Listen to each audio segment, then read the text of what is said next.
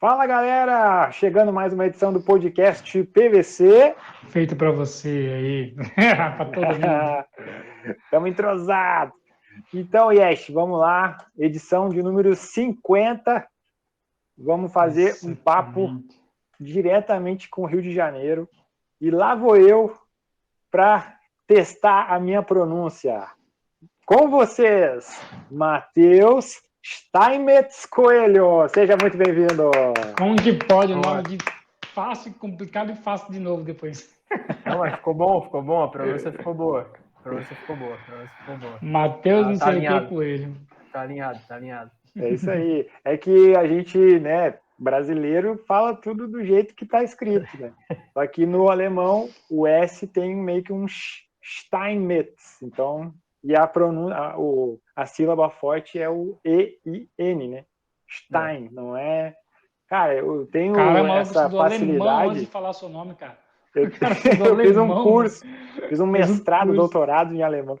Não, mas o meu pai, ele é de rádio, e aí ele teve que falar muitas coisas em alemão durante os anos de rádio, e aí algumas coisas eu aprendi com ele, pela pronúncia que ele fazia, eu já tenho meio que uma experiência de olhar assim, cara, isso aqui se fala Steinmetz, não é Steinmetz, tipo, tem gente que vai falar Schweinsteiger. Steinmetz.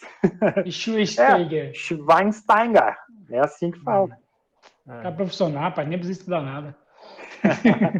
Matheus, quando a gente parar de falar do teu sobrenome, vamos começar a falar da tua carreira. O Matheus, que é de Santa Catarina, né, Matheus? Explica para nós aí qual é a tua origem mesmo, para o pessoal ou entender, porque dificilmente alguém não vai compreender aí esse sotaquezinho lá de Santa Catarina, que eu acho lindo, e é parecido até aqui com o sotaque de Portugal, é parecido, assim, o tom, né?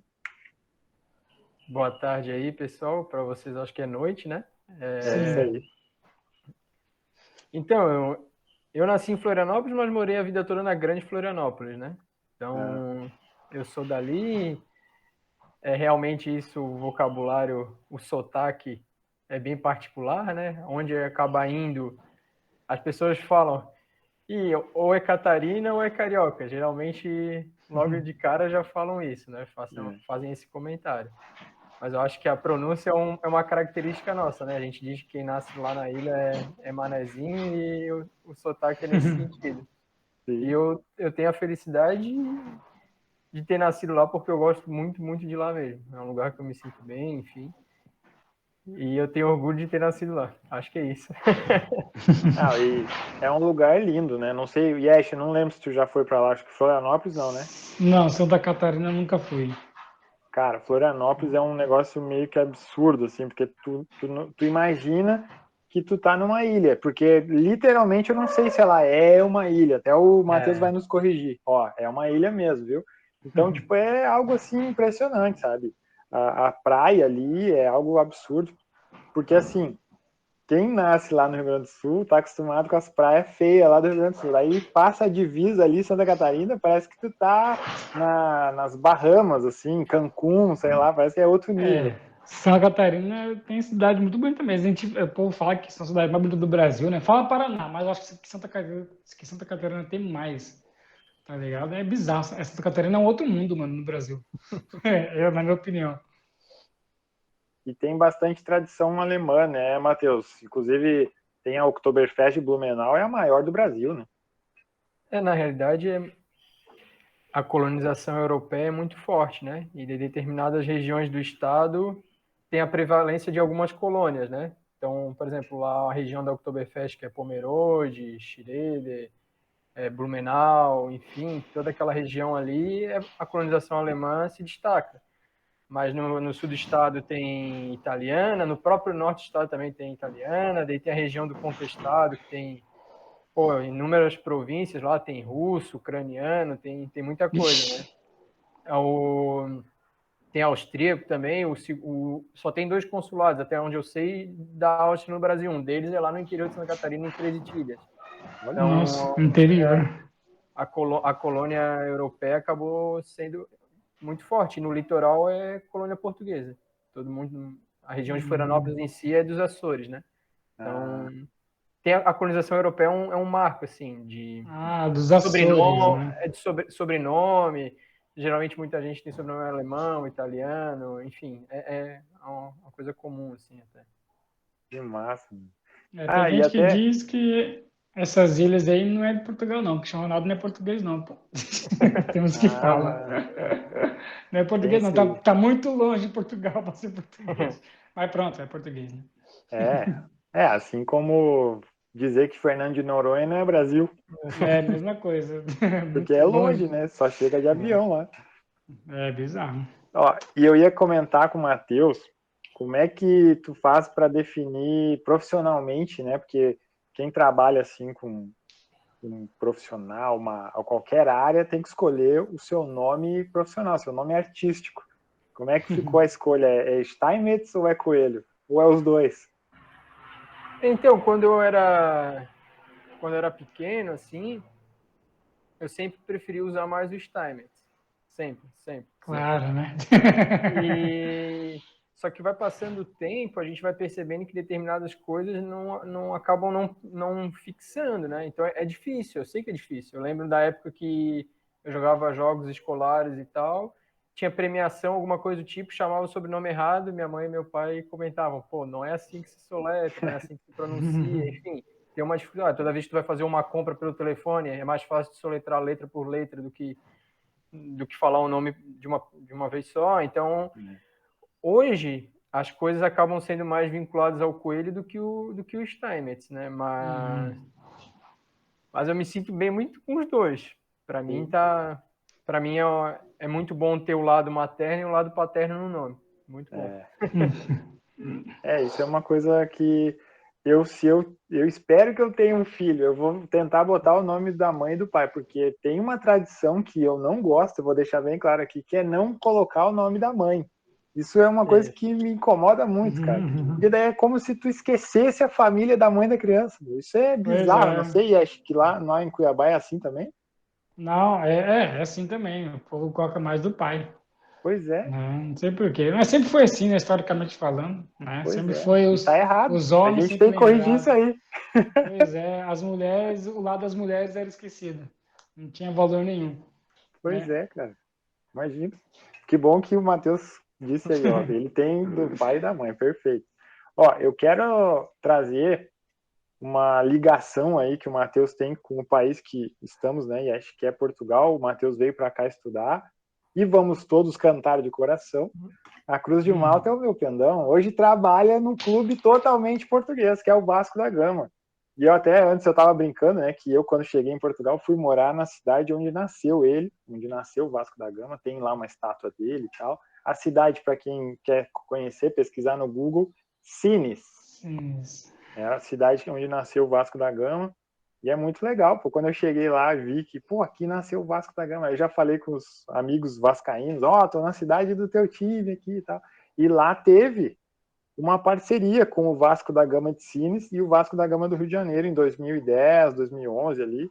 E o goleiro aquele, o Gotti, que tem 2 metros, ele veio lá do Vasco do Rio. Ele tava com preto hoje. Tu viu, né, nos stories. Ele veio lá do Vasco do Rio de Janeiro para jogar no Vasco da Gama de Sines, essa parceria que os dois clubes fizeram, que infelizmente acabou, mas foi legal enquanto durou. Matheus, como é que está sendo essa experiência? Né? Tenta resumir, né? Depois a gente vai voltar, né, para o início da tua carreira, todo o teu currículo O que é até chegar ao analista, Vasco. tudo. Isso, até chegar a esse clube, só que a gente tem que falar, porque é um grande momento, né, para um profissional que busca o seu espaço, chegar num clube do tamanho do Vasco da Gama. Antes do Matheus falar, eu só quero deixar um detalhe aqui. Cara, que eu sempre imaginei que o Vasco da Gama, ele nasceu na Gama, tá ligado? Por isso que é o Vasco da Gama. Nunca sabia que tinha essa cidade chamada Sines, tá ligado? É muito bizarro, né? Então é Vasco de Sines, pô, não Vasco da Gama. Tô brincando. Deve ser só o sobrenome. Deve ser o sobrenome dele, provavelmente. Mas é bizarro isso. Pronto, é só um detalhe que eu queria deixar da minha cabeça.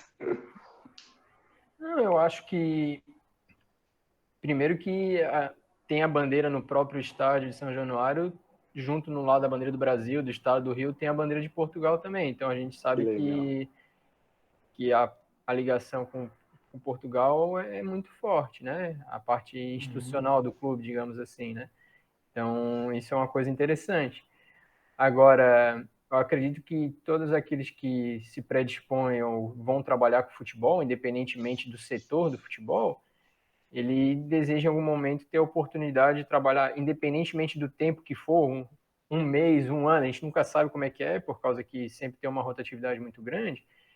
A gente espera ter uma oportunidade num clube do tamanho que é o Vasco. A gente sabe que, eu sei, pelo menos, eu encaro isso como uma responsabilidade da dimensão que é a torcida, tudo isso. Então, e no momento do clube onde se encontra, que a gente sabe que onde a gente vai, o pessoal vê a gente com o uniforme do clube, alguma coisa do tipo, tem que subir. É a primeira coisa que as pessoas falam. Então a gente sabe que a gente representa, os jogadores representam. Eles são aqueles que mais aparecem na televisão, talvez. Mas eu acho que todo o corpo de funcionários, independentemente do setor, sabe da responsabilidade que é e quer ajudar. Eu acho que todo mundo... Eu acho que a principal, assim, coisa a ser transmitida é que, pô, eu vejo as pessoas muito determinadas em ajudar. Quer ajudar. E eu acho que isso é um sentimento, assim, de família, uma coisa, algo do gênero, assim, sabe? Então, esses primeiros momentos, assim, vem sendo bem positivo. E para quem está na dúvida, como o Matheus pode ajudar o Vasco a voltar para a Série A, que é o lugar que ele deve estar, agora vamos falar. Quem é Matheus Coelho, Matheus Steinmetz Coelho, que tem aí a formação, né, lá em Santa Catarina, né, Matheus? Primeiro, antes da formação, né, eu acho que o Yesh também ia perguntar sobre isso. Como é que um cara foi gostar de ficar olhando e analisando o desempenho dos atletas? Como é que tu não foi lá para dentro jogar, Matheus? Me explica isso. Então, quando eu era guri, sempre joguei bola, sempre. Né? À toa que no lado da minha casa tinha um terreno baldio e meu pai deu a ideia, pô, vamos fazer aqui um campinho de futebol. Então a gente revolucionou, chamou o vizinho, construiu um campinho de futebol, a gente fazia campeonato, jogava futsal. Então, assim, a minha predisposição era muito mais vontade do que qualquer outra coisa. E daí chegou uma altura que meu pai falou assim, pô, Matheus, tu tem boas ideias, só que o corpo não acompanha, cara. Vai estudar, tua cabeça é muito boa. Ele falava assim, né? Tua cabeça é muito boa. Sim. Então, chegou um momento, era no sub-15 para o sub-17, ele disse assim, cara, não dá, já tava no ensino médio, assim, para com esse negócio de futsal, para com esse negócio de futebol aí, deixa ser uma coisa mais a nível de lazer do que qualquer outra coisa. E daí, na ocasião, eu nunca pensei em outra coisa que não fosse futebol. Eu sempre fui muito de futebol, muito. Qualquer esporte, eu sempre assistia. Tava passando televisão, qualquer coisa, badminton, voltava lá. Handebol, voltava, vôlei, tudo, eu assistia tudo. Mas futebol era uma coisa que eu gostava mais. E daí, na altura do vestibular, eu prestei vestibular para educação física e para jornalismo, porque eu me via ou no jornalismo esportivo ou na educação física, uma coisa do tipo assim, né? Muito indefinido, mas o que eu sabia que era o denominador comum era o futebol.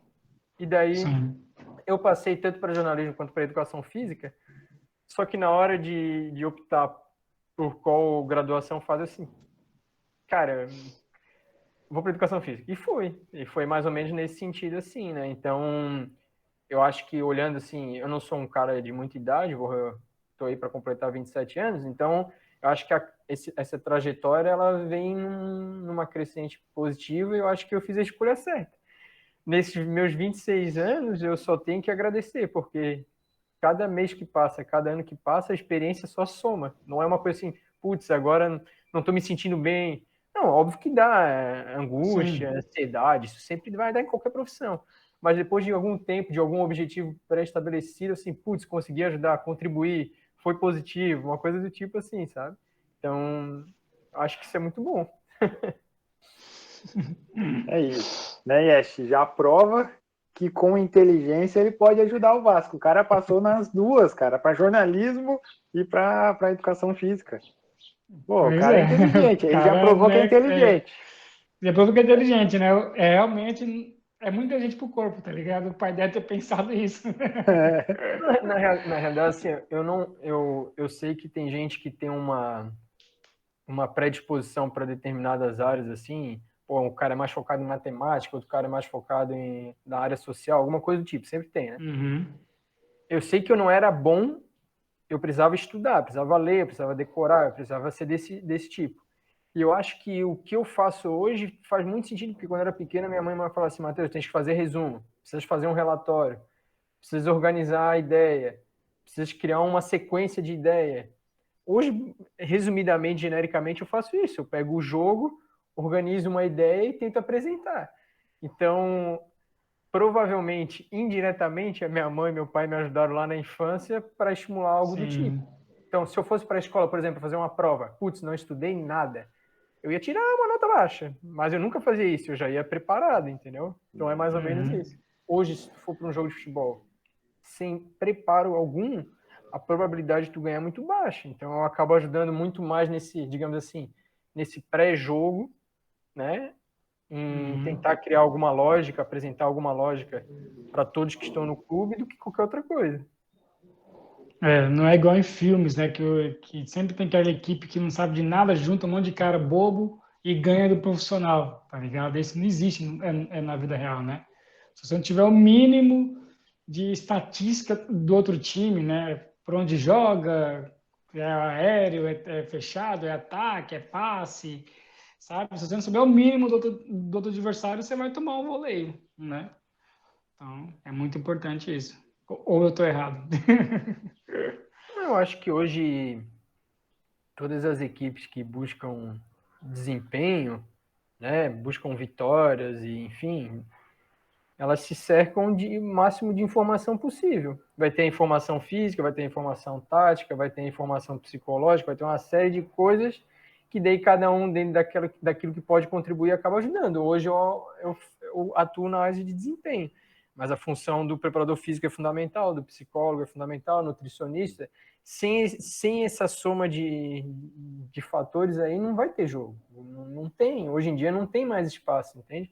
Pode até que aconteça uma, duas vezes esporadicamente, mas para ser algo firme, seguro, com constância, tem que ser. Hoje todas as equipes se preparam nesse sentido, sabe? Será que em alguma era do futebol aí, será que já houve um tempo que as pessoas jogavam sem saber quem era o time? Será que já Ah, passou? Tipo, sim, vamos sim. jogar contra o 15 Piracicaba. Mas que time que é esse? Nunca vi nada. Mas vamos, a Não, gente não mas sabe o isso, que ele faz, vamos jogar. uma coisa que eu costumo dizer é que à medida que os anos vão passando, a tecnologia vai aumentando, tu vai ficando curioso e a tecnologia te serve de um monte de coisa. Antigamente, talvez o treinador tinha essas mesmas perguntas, só que, eu quero ver o vídeo de não sei quem. Ah, tem um grupo de WhatsApp que as pessoas partilham o vídeo? Ah, não tem. Tem um canal do YouTube? Ah, não tem.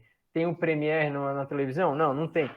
Então as pessoas acabavam por não conseguir acesso à informação. Hoje a gente está num Tem um período do mundo. contato de alguém que assistiu o jogo lá deles. Ah, aquele cara assistiu o jogo. Então como que ele joga? Ah, joga assim, pronto. Né? Era assim mais ou menos, eu acho, tá Era ligado? uma coisa, digamos assim, mais Mais simples. primitivo, né? Exato, é uma coisa do tipo. Eu acho que o processo histórico da vida é isso. Eu acho que o mundo proporciona isso. O que a gente tem hoje não tinha 10 anos atrás, não tinha 20, não tinha na Copa de 70, mas tinha performance do mesmo jeito. Você viu, tipo assim, aproveitando esse assunto aí, você viu que a FIFA quer colocar mais duas regras no futebol? Eu não sei se vocês viram isso. Uma Não. regra é, se o cara cai no chão, ele tem que ficar no máximo 15 segundos. Passou de Ah, 15 uma segundos, sugestão, é uma sugestão, uma né? sugestão. Se ficar mais do que 15 segundos no chão, vem os médicos, tira e só pode entrar depois de 3 minutos. Tá ligado? Essas sugestões acabam sempre tendo. Isso aí é uma É. coisa que vai precisar de uma aprovação, porque independentemente se é FIFA, Comebol, CONCACAF que sugere, como se Uhum. tem uma liga qualquer, Premier League, enfim, para virar a regra do jogo, ela É precisa. difícil. Não, ela precisa passar pela International Board, que é uma associação que rege as regras do jogo. Tá, eu posso sugerir algo do tipo, tudo bem. Mas internacionalmente para passar a valer, ela precisa dessa aprovação, entendeu? Então é uma coisa que Não pode ser é. apenas uma sugestão, né? Uhum. A outra sugestão era o lateral, que era com os pés para ser mais rápido no final do jogo. Tá ligado? No final do jogo, os laterais é sempre com o pé, não com as mãos, tá ligado? É cada sugestão que a gente fica pensando, cara, será que vai funcionar esse negócio? Né? Ou seja, é só um monte de cara pensando, tá ligado, né? Depois cara, não vai funcionar, não vai acabar o futebol e por aí vai. Tipo, o gol de ouro, né? O gol de ouro foi uma tentativa, né? Cara, Que não mas deu era legal o certo. gol de ouro, mas era legal, Mas fala não deu sério. certo. Ninguém Não deu gostou certo. e acabaram com ela. A questão do não pode recuar para o goleiro pegar com a mão. Cara, o cara que acabou com isso, eu agradeço até hoje, cara. Porque era a coisa mais ridícula do mundo. O cara pegava assim, tocava com o pé e o goleiro pegava com a mão, ficava ali e tal. Cara, isso é Era um hack, né, antijogo de pra antigamente. caramba. Era um hack antigo. Tipo, na Copa de 90, eu tava revivendo, né, a nossa eliminação pra Argentina, gol do Canija. E aí, tipo, a Argentina tava ali e tal, daqui a pouco o cara pegava com o pé, recuava, o goleiro pegava com a mão. O Goicoechea, que jogou lá em Porto Alegre no Inter. Pegava com a mão, assim, deu. Tipo, o meu cérebro já tá acostumado com o futebol de hoje, né? E aí eu olhando um jogo daquela época, olhando, não, É pô, igual, daí eu, é tá, igual jogo de escola, né? De futebol, de escolinha, de amigos, né? Recua o sim. goleiro pega com a mão, é desse jeito. Mano, que bom que tiraram isso, tá louco. Pô, isso aí era muito antijogo. Ó, o Matheus nem era nascido, não, tô brincando. O Matheus era muito Caraca. criança. Matheus era muito criança no dia em que virou notícia o Kleber Xavier, hoje auxiliar do Tite na seleção brasileira, para os íntimos Klebinho. E o Klebinho estava na arquibancada, todo disfarçado, boné, casaco, do treino do Corinthians, na antevéspera ou véspera da final da Copa do Brasil de 2001, que o Grêmio foi campeão. E aí, Última vez. Tô brincando. alguém viu, e aí chegou nele lá, os caras foram para cima dele. Qual é que é, irmão? Qual é que é? E eu não sei se alguém reconheceu, mas, tipo, tiraram ele do treino. Ele estava olhando o treino como analista de desempenho para passar para o Tite como o Corinthians ia jogar a final. Matheus, tu deve ter ouvido falar, porque eu vi que tu estava concordando aí. Olha que história, né? O Iesh estava perguntando como é que era antigamente. Tá aí, ó. É mais ou menos isso, né, Matheus? Mas... Tinha muito dessa. Hoje acontece ainda, né? Óbvio que não nessa proporção, mas, por exemplo, determinados times enviam jogos a serem observados em loco, né? Vai um analista ou um grupo da comissão técnica. Óbvio que não tem a necessidade de se camuflar, né? Mas antigamente tinha isso, a gente acaba não tendo acesso a muita informação, era uma coisa que essas histórias elas meio que se repetem. Essa é uma clássica, assim, né? É. De que Olheiros de analíticos. acabava indo no. Essa aí é clássica, essa história aí E tu vê, né? Que legal que eles mantiveram essa parceria, né? É até engraçado, quem não sabe, eu vou contar. Para quem já sabe, vai ter que ouvir de novo. O Tite, no final de 2000, né? Ele tinha sido campeão gaúcho em 2000 pelo Caxias, no Olímpico, em cima do Grêmio, do Ronaldinho e tal. E aí, no final de 2000, o Grêmio tinha demitido o Celso Roth, e aí chamou o Tite.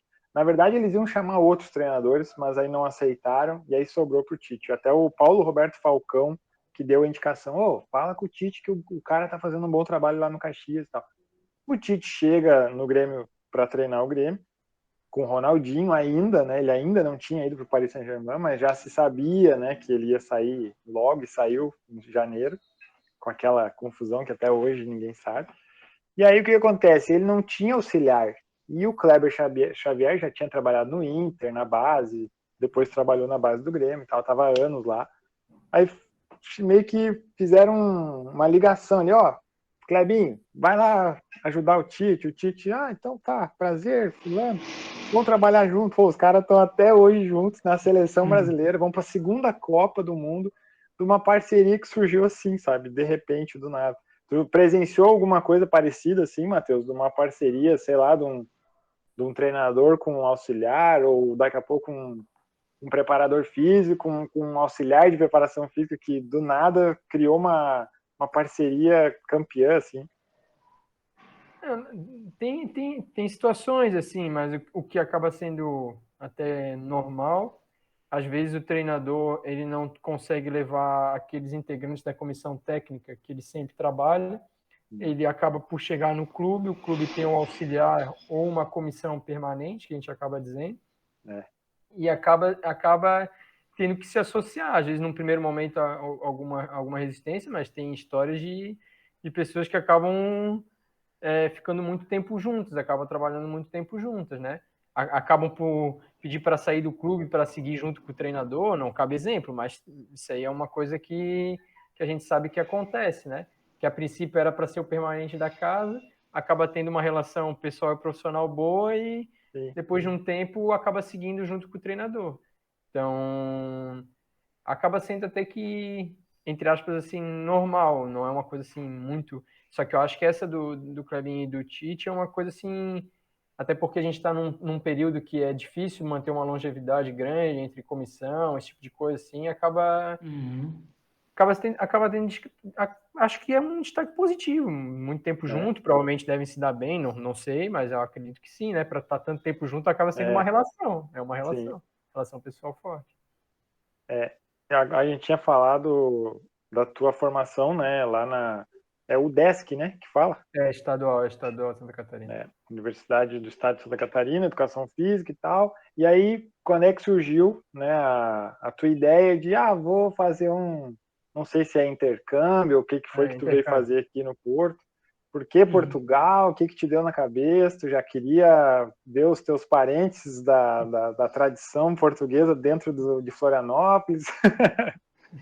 Não, na realidade, eu tive uma série de amigos na altura que estavam fazendo intercâmbio e, pô, a experiência de um intercâmbio, de morar fora, eu acho que toda pessoa tinha que ter, assim, sabe? Eu acho que morar fora é uma mudança, principalmente mudança de vida, assim, eu acho que é muito positivo. E daí, na altura, alguns amigos acabaram por fazer intercâmbio e eu tinha a oportunidade de fazer um intercâmbio também pela universidade. Então eu falei assim, pô, por que eu não vou fazer, sabe? Eu acho que tá tudo à disposição e na altura eu tinha algumas opções. Uma era a Universidade de Colônia na Alemanha e na altura eu não passei no teste de proficiência do alemão, porque eu já fazia alemão, só que exigia um nível mais elevado, um nível elevado de alemão, e eles não aceitavam inglês, então as aulas eram só em alemão. E, na realidade, a instituição a nível acadêmico, né, a universidade, que mais trabalha e desenvolve os esportes coletivos é a Universidade do Porto. Então, o esporte coletivo é muito forte no Porto, muito forte no Porto. E a escola portuguesa de treinador é uma escola emergente, pô. A gente vê aí, liga a televisão, treinador português. E naquela altura, tinha alguns temas que pipocavam assim na época da faculdade, acabava não tendo resposta, e eu assistia muito jogo. Eu tinha uma época na minha vida que eu assistia 6 jogos no dia, 5 jogos no dia. Eu falo assim, pô, é muito diferente a forma de jogar. Daí teve essa situação do intercâmbio, eu acabei indo para um intercâmbio em 2016, no primeiro semestre de 2016. E daí, quando eu já fui para o intercâmbio, era foco meu. Eu vou aproveitar o máximo possível na faculdade, nos clubes ali da região, que tiver à disposição de eu participar, de me integrar. E, cara, eu vou sugar tudo que dá. Vou em jogo, vou em treino, vou fazer tudo. E daí, quando eu cheguei... Óbvio, eu já fui definido que era para a Universidade do Porto. O convênio existe entre a Universidade Estadual UDESC, que é uma universidade pública, né, com a Universidade do Porto. E tinha alguns professores meus de biomecânica, enfim, de dança, enfim, da própria UDESC, que fizeram pós-graduação em Portugal, então acabei tendo uma receptividade muito boa quando cheguei lá. Professor tal, trabalhou comigo, veio aqui para o laboratório, fez esse tipo de coisa. Então, quando eu cheguei lá, além de ser muito bem recebido, a experiência foi positiva ao extremo. Tinha assuntos que eu nunca nem tinha ouvido falar, a nível principalmente da tática, que é aquilo que me interessa mais. Não tô dizendo que os outros não são importantes, são importantes à beça, só que eu não posso comportar tudo, então eu tentei me especializar nessa área. Então, quando eu cheguei lá e tive esse contato, assim, cara, isso aqui é muito diferente. E tudo que é muito diferente me atrai muito. Então, 2016 acabou. Quando acabou o intercâmbio, eu falei, cara, eu não sei nada. Tipo assim, era tanta informação, era tanto livro, tanto artigo, tanta coisa que eu recebi em 6 meses. Eu falei, cara, tem muito mais do que 6 meses aqui para avançar, muito mais. Então, a experiência, óbvio que eu acabei visitando outros países, pô, conheci coisa pra caramba dentro da Europa. Eu falei, cara, não dá. 6 meses não basta. Mas tinha que voltar pro Brasil para terminar a faculdade, né? Foi isso. Essa O intercâmbio passagem foi isso, né? aqui, O intercâmbio foi isso, né? sim. Nesse período, tu chegou a passar pelo Boa Vista ou não? Daí na altura, cara, eu sou uma pessoa muito inquieta, assim, e tal. Daí tinha eu e um amigo meu que a gente dividia a residência, né? Era residência universitária, enfim. Todo mundo, o mesmo andar, tinha muita gente que fazia mestrado, graduação, todo mundo na mesma universidade, Universidade do Porto. Sim, E muita daí, loucura. e daí a gente pegou e falou assim, cara, vamos bater de clube em clube aí até alguém dar uma oportunidade pra gente. E foi isso. Um amigo meu, um colombiano, acabou conseguindo trabalhar nas escolas do Porto, o outro colombiano também. Daí eu e o Neto, com um amigaço meu, a gente foi no Boa Vista. A gente foi no Boa Vista e chegou no Boa Vista, a receptividade foi muito boa, nos deixaram muito à vontade e eu acabei ficando um período lá dentro do Boa Vista. E que daí que eu entendi que a análise de desempenho era uma coisa que eles utilizavam bastante, porque quando eu cheguei lá, o Sub-19 do Boa Vista, na altura, não tinha analista de desempenho, não sei como é que estava a estrutura lá, não lembro. E daí a gente foi fazer um jogo contra o Passos de Ferreira lá em Passos e falaram assim, Matheus, está aqui a câmera e o tripé, tu pode filmar pra gente? Eu falei, isso é análise de desempenho. Disse, então, tá aqui a câmera e o tripé. E foi a primeira experiência em 2016 e eu falei assim, pô, isso é análise de desempenho. E eu gostei, porque eu fiquei, óbvio, o analista de desempenho, ele fica numa região mais elevada, é um ponto mais elevado em relação ao jogo. E eu lembro bem que o CT do Passos, onde a gente jogou, tem uma arquibancada, só que o ponto não era bom, a altura não era boa. Daí me levaram para dentro do estádio do Passos, daí os fundos do estádio do Passos, que dá para o campo do CT, tem uma parte aberta. Daí eu posicionei a câmera lá, eu falei, pô, aqui o ponto é bom. E daí foi a primeira experiência assim que eu assumi como análise mesmo, né? Mas eu já estava trabalhando com futebol desde 2013. Então, estagiando lá no Guarani desde 2013. Eu já fazia muito mais a função de auxiliar e ajudar a organizar as coisas do que a ser ativo no treino, preparação física. Eu nunca fui disso, nunca foi algo que nunca gostei, para dizer bem a verdade, sim. Mas valorizo demais, porque eu sei que é muito importante. Daí, quando acabou 2016, eu falei assim, cara, eu preciso voltar. E daí depois é outra etapa da vida aí, né? Que acabou sendo mestrado. Pois é, meu. Daí tu conclui a faculdade e já emenda o mestrado ou tu tira umas semanas ali para descansar? Ou... Não tem descanso com o Matheus? Não, quando acabou a faculdade, a graduação, é que na realidade, Portugal, o ano letivo é diferente, né? Isso. O ano letivo inicia geralmente entre setembro, né? Isso. E como eu colei grau na metade do ano, em julho, o processo seletivo para o mestrado já tinha se encerrado, já tinha finalizado. Então, na realidade, se eu quisesse emendar, tipo, colei grau em julho, iniciar em setembro, eu teria que ter feito um processo burocrático que até uma amiga minha na ocasião acabou por fazer. E eu falei assim, cara, nesse momento eu acho que vai ficar muito corrido, vai ficar... Eu falei, não vou fazer agora. E daí teve 6 meses ali que entre a conclusão em julho e o final do ano, eu falei, o que eu preciso de documento? Eu preciso isso, o processo do visto, tal, enfim, uma série de coisas que daí eu já tinha deixado um pouco melhor estruturado, que daí foi em 2018, eu colei grau final de julho de 2017. Eu tive esse período para me organizar, porque o processo seletivo foi em março, né? Fevereiro, março, não lembro agora, uma coisa tipo, foi bem início do ano. Aí de 18 daí, né? Exatamente. Aí tu chegou aqui na metade de 18 para É muito recente, cara. Eu cheguei, eu voltei para o Porto foi final de maio, início de junho, assim, de 2018. Eu acabei voltando. Eu fui antes, sim. enfim, e fui até para conhecer outros países que eu não tinha conhecido, enfim, coisa do tipo que eu queria, tinha interesse. Uhum. E foi nessa situação. Mas daí, efetivamente, o mestrado começou em setembro. Não lembro se foi finalzinho de agosto, início de setembro. Particularmente, não lembro agora. A data precisa.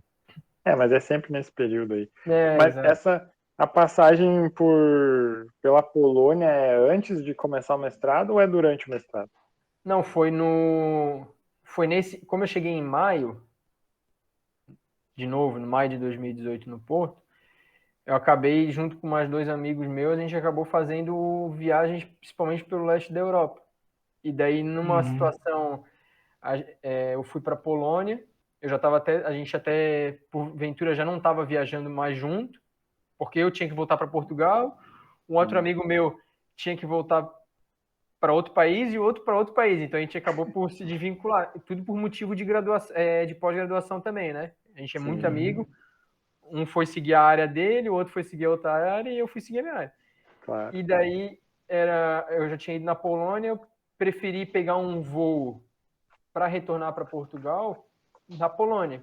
Então eu fiquei uma semana na Polônia e quando eu cheguei na Polônia, eu cheguei na cidade de Wrocław, que é do Slash Wrocław. E quando eu cheguei lá, eu sabia que o time do Slash é um time assim, dentro da Polônia, com um determinado nível de importância, foi sede da Eurocopa, então o estádio é bonito, é grande e tal. O primeiro dia que eu cheguei na Polônia, eu já fui no clube. Eu fui no clube e falei, o que eu posso fazer? Na ocasião, ninguém falava inglês, daí tinha um senhor bem senhor, que como eu falo básico de alemão, Sim. eu falei, ele falou alguma coisa do tipo Deutsch, falava Deutsch, que é alemão, eu falei que sim, conversei com ele brevemente, daí ele falou assim, eu vou te apresentar o preparador de goleiros do Slash que fala em inglês. E daí ele me apresentou ao preparador de goleiros e daí eu pude acompanhar uma semana no Slash Wrocław.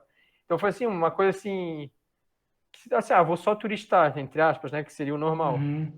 Eu estaria perdendo uma oportunidade muito, muito grande, sabe? Então, assim, eu sempre fui muito assim, tem um clube aqui que é totalmente diferente.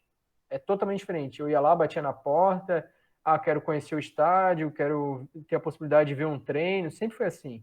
Então, todo lugar que eu fui que tinha um time... Você sempre foi lá tentar, pelo menos. Entendeu? E o Slash Wrocław foi muito bom, foi muito interessante, porque a forma com que eles trabalham acabava por ser muito diferente daquilo que eu conheci no Brasil e tive a primeira experiência em Portugal. Trabalha muito mais questões de valência física, capacidade física, do que qualquer outra coisa. Então eu falei, é um jogo totalmente diferente, jogo de força, jogo de imposição, bola aérea, coisa do tipo assim. Eu falei, cara, é diferente. E na altura até pedi autorização para filmar, eles deixaram filmar, eu tenho treino filmado, tem tudo registrado. Então, até na altura eu fiquei num apartamento lá de um conhecido. E ele perguntou, por que tu anota tanto? Eu disse, não, eu tô fazendo o relatório do pós-treino. E eu tava só de estágio. Mas acabava o treino, eu filmava, eu chegava, os caras não falavam inglês, não falavam, era só polonês. Então o treinador de goleiro falava, arranhava um pouco de inglês. Então, assim, putz, é isso. Eu perguntava para ele, qual era o objetivo do treino hoje? Eu anotava, eu tenho tudo isso anotado no computador ainda. Olha. Então, assim, era uma coisa assim, era totalmente diferente. E eu acho que foi importante. Eu acho que não, tenho certeza que foi. Claro que foi, claro. Todo... Você tem um arquivo aí raro na sua casa. Sem zoeira, é raro. Ninguém conhece o time. Mas é raro, tá ligado? Você pesquisa. O Slash Wrocław é um time que é campeão polonês, é campeão da Copa da Polônia, né? Enfim, o estádio Eurocopa é gigante, a torcida sempre lota, então assim, era um... Nossa, até fiquei curioso agora, juro, mano. Então assim, é uma coisa assim... Eu acredito que pouquíssimos brasileiros talvez tenham pisado lá para fazer uma coisa do tipo, entendeu? Eu acho que você foi o primeiro, mano. Eu não posso ser aqui leviano e dizer eu fui o único. Mas eu acho que são poucos, vamos usar o poucos, então. Claro. Não, aí mostra o quanto o Matheus é profissional, porque no momento que ele poderia, né, Yashi, o Yesh e eu estaríamos curtindo lá, visitando todos os estádios e tal. Matheus não, Matheus foi lá, buscou uma oportunidade de aprimorar o seu aprendizado. Tudo a teoria que ele aprendeu, ele já estava ali, ó, colocando em prática, Porque vendo ele não como vai ficar só funciona. preso no futebol brasileiro e no português. É, Ele foi em algo diferente, tipo, é isso cara, vamos aí. ver o que esses caras estão fazendo aqui, mano. Na É, Polônia. na realidade, eu tinha trabalhado com um treinador que tinha jogado na Eslováquia. Daí eu fui na Eslováquia, só que não consegui ir no Slovan Bratislava, que era o time que ele tinha jogado. Na época era junho ali, não estava tendo treino, enfim. E daí ele falava assim para mim, Matheus, Polônia, Eslováquia, Ucrânia, é um treino completamente diferente, é muito diferente. Eu falei, pô, se é muito diferente, tem que ver. Como eu tava lá, assim, óbvio que a gente eu particularmente não deixei de ir num ponto turístico, coisa do tipo, mas no dia que teve treino, no dia que teve situação de eu poder conversar com o pessoal, eu tinha. Para você ter noção, quando eu entrei no CT, o cara falou assim, entra lá no vestiário, o treinador de goleiro tá lá no vestiário. Eu, tipo, entrei, o pessoal do clube, né, fazendo a preparação para ir pro treino, botando chuteiro e tal. Quem é esse cara? Esse louco aí, entendeu? Assim, mas tudo E se ele certo, vamos lá. explode do nada? Tá ligado? Eu tinha conversado com o pessoal do clube, né? O pessoal do staff que estava de fora e eles tinham me liberado. Me levaram até a porta do vestiário, enfim. Assim, mas tu volta no tempo, pô, é uma Você coisa. pensa, que loucura. Não, é uma coisa assim, no mínimo engraçada, né? Digamos assim, né? É, Meio e, engraçado. e eu vou confirmar aqui o que o Matheus está falando, tá? Porque possivelmente nossos telespectadores aqui, nossos seguidores, não vê o futebol polonês, então não vão saber se ele está falando a verdade. Eu posso afirmar, é verdade, eu assisti jogos do Campeonato Polonês, porque o meu amigo foi fazer testes lá, na quinta divisão, até fez gol num clássico, o presidente se apaixonou por ele. Oh, Brasília, Brasília, Brasília. muito bom, Brasília. Ele aí, tipo, não deu certo por causa da documentação, e Ash sabe muito bem, né? Acho que aqui, tipo, tu tem só manifestação de interesse e vai pra Polônia, tu tá ferrado. Não adiantou aí, nada. aí não deu certo, ele teve que voltar e tal. E aí o que aconteceu? Eu me interessei, eu vou assistir. Cara, eu assisti um jogo que estava passando no canal aqui da TV a cabo.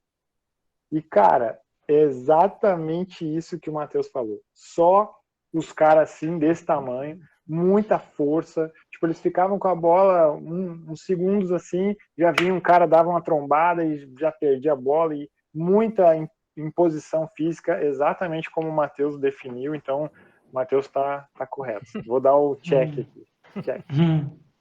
Ó, aí eu tô vendo aqui que tem uma passagem, não sei se presencial ou à distância, e no espanhol, lá de Barcelona. Como é que foi? Conta aí, porque tudo que tem a palavra Barcelona já me interessa, né, Yash? Pois é incrível. Barcelona como é o centro, né, de muitas coisas no futebol. Não, na realidade eu já estava no mestrado, daí tinha algumas semanas que ali a pausa do Natal, ano novo, né, que acaba tendo essa pausa ali, e eu morava com outras duas pessoas, amigaços meus, e eu falava assim, cara, na pausa de inverno, eu vou conhecer algum clube. Daí um grande amigo meu falou assim, Matheus, manda e-mail, cara. Manda e-mail pros caras. Manda para todo mundo. Daí eu mandei e-mail pro Valência, pro Sevilha, pro Betis, pro Celta de Vigo. Mandei para um monte de clube. E como era uma situação que era tipo 2 semanas que não ia ter aula, então tinha que ser algum lugar, preferencialmente ou em Espanha ou em França. Porque pô, tu vai perder muito tempo mais de viagem, adaptação, 2 dias ali para entender a locomoção, do que aproveitar o tempo efetivo de estar dentro do clube. E daí, na situação, eu mandei 2 responderam, 2. Um foi o Espanhol de Barcelona e um foi o Celta de Vigo.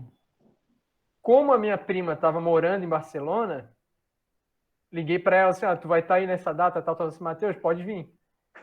E daí, entrei em contato, confirmei com o pessoal do Espanhol, e falei assim, Matheus, vais vir.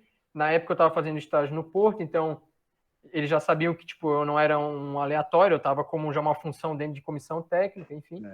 E daí eles permitiram a minha ida. E até enviaram na época um documento para poder fazer a entrada no centro de treinamento, enfim. E daí eu acompanhei, eu entrava no clube tipo 9 da manhã, 8 da manhã, saía 8 da noite, lá no espanhol. Olha, cara. Então eu via o treino do profissional, via o treino do juvenil, lá não é cadete, juvenil, enfim, são outras nomenclaturas. É, outro não. E daí via treino do profissional, do sub-23, eu via treino de tudo. Então, até na altura, o espanhol estava jogando já a fase elevada da Copa da Liga, e daí quando eu estava lá, o espanhol ainda eliminou um grande ainda, não lembro se era Sevilha, enfim, e o treino de véspera, os jornalistas não puderam ver, mas deixaram eu ver, porque como eu estava inserido no processo, né? Então, assim, foi legal, porque, mais uma vez, eu estava vendo outra escola, outra forma de se trabalhar, outros conceitos, que, porventura, eram muito mais próximos de Portugal e muito mais distantes da Polônia, por exemplo. Então, assim, visualmente, tu batia o olho, assim, putz, aqui tem coisa que é totalmente diferente dali e é mais próximo daqui, assim, semelhanças e disparidades, enfim, coisa do tipo. E foi muito legal, porque acabei conhecendo a estrutura, conversei com um coordenador técnico, só pude conversar com treinadores do juvenil e do sub-15, não pude falar com a comissão técnica do profissional, não permitiram. Então, normal, é normal essa tipo de situação também. Mas os treinos, enfim, tudo assim, o nome do CT lá é Dani Ark lá, é um CT bem legal. Um pouco mais afastado, assim, da onde fica o Barcelona, o Futebol Clube Barcelona. É uma área oposta, assim, da cidade. Mas a estrutura é bem legal. Pô, foi formidável, a experiência muito boa. Porque como eu já tinha, para ser bem sincero, né? Eu já tinha ido a Barcelona em 2016. Só que quando eu fui no Barcelona, no Clube Barcelona, visitar as canteiras, enfim, não tinha treino. Era um período do ano que não tinha treino. Então, eu fui mais como assim, beleza, vi o Camp Nou, vi as localidades onde o pessoal faz o treino, mas não consegui ver efetividade de trabalho, entendeu? Então, fui no espanhol. Tá bom. Poderia ter ido no Celta de Vigo, mas não tinha tempo, então acho que a experiência foi, sim... Foi positiva, claro. Eu fui também entre Vigo e Barcelona, eu preferia Barcelona, até porque eu sei que tem a parte cultural muito forte dentro da cidade, né? Então, pô, tinha uniforme, por exemplo, um colete era azul e branco, que era a camisa do espanhol, e o outro era amarelo e as cores da Catalunha, assim, sabe? Então, tipo, tu vê, assim, aquela situação Coisa assim, política cultural, junto, né? política forte, assim, sabe? É legal, eu acho legal. É mais interessante do que ser para Vigo, tá ligado? Vigo acaba sendo digamos assim, uma proporção. Vigo tem ali a região da Galícia ali também tem uma representatividade que eu acabei indo depois, mais a nível de turismo, mas a nível assim, de ver trabalho, pô, é totalmente diferente. Tu vê que é uma força muito grande, né? E como tu ia ficar aqui por um tempo na universidade fazendo mestrado, para ir a Vigo é 1h30 de carro, então, pô... do Porto. E eu ia te comentar, só pra gente, né, a gente gosta aqui das estatísticas, era o Villarreal mesmo, foi no dia 17 de janeiro de 2019, o Espanhol meteu 3-1 no Villarreal, e aí se classificou para as quartas de final da Copa del Rey. Copa del Rey. Por isso que eu falei, eu não lembro se era Vila ou Sevilha, não lembro na época. Isso. Mas eu lembro que ainda até na altura, assim, eu pude fazer algumas imagens, me deram liberdade. Nesse treino específico, não deixaram. Daí eu tinha um bloquinho onde eu levava, era óbvio, eu sempre levava um bloquinho, né? Daí anotei tudo, para ver o que eles faziam no pré-jogo também, porque na época o espanhol estava na segunda divisão e, pô, fazer uma... Não, o espanhol caiu em 2019 e voltou no passado, foi isso. E só que estava mal no campeonato na La Liga e era tipo assim, pô, na Copa do Rei é a oportunidade de a gente jogar tudo, sabe? Então, pô, na época tinha jogadores, pô, famosos, o goleiro que era do Real Madrid há muito tempo, era o goleiro lá. Pô, tinha uma galera assim, tinha o Piatti, um atacante argentino que na época era badalado, tinha vindo como a principal contratação, assim. Então, assim, foi legal. O Serdar Derder, que é da base lá. Então, foi interessante, assim, sabe? Foi positivo. Bom, aí depois, tu tinha comentado antes do Porto. Eu quero que tu nos conte como foi, porque ali tu trabalhou também, além de analista de desempenho, também como auxiliar técnico, né, no Porto. É que, como tinha, em 2016, um colega meu que tinha trabalhado nas escolas do Porto, quando eu retornei para Portugal, eu falei com ele, pô, tu tem um contato pessoal lá ainda, enfim, tal, coisa do tipo? Dele falou assim, Matheus, eu tenho, mas a pessoa que trabalhava lá não trabalha mais. Mas eu sei de uma pessoa que vai ter abertura para pelo menos te receber. E daí, logo quando eu cheguei, tipo, eu cheguei em agosto, tipo, eu cheguei em maio em Portugal, saí para viajar, fui na Polônia, enfim, um monte de lugar lá. Quando eu cheguei, tipo, em agosto, tipo, 3 dias depois, eu fiz o contato com esse meu amigo colombiano, ele passou o número de WhatsApp dessa pessoa portuguesa. 2 dias. E eu fui lá na Constituição, que é o campo da Constituição, onde treina ali, né? Ali perto ali da Praça do Marquês.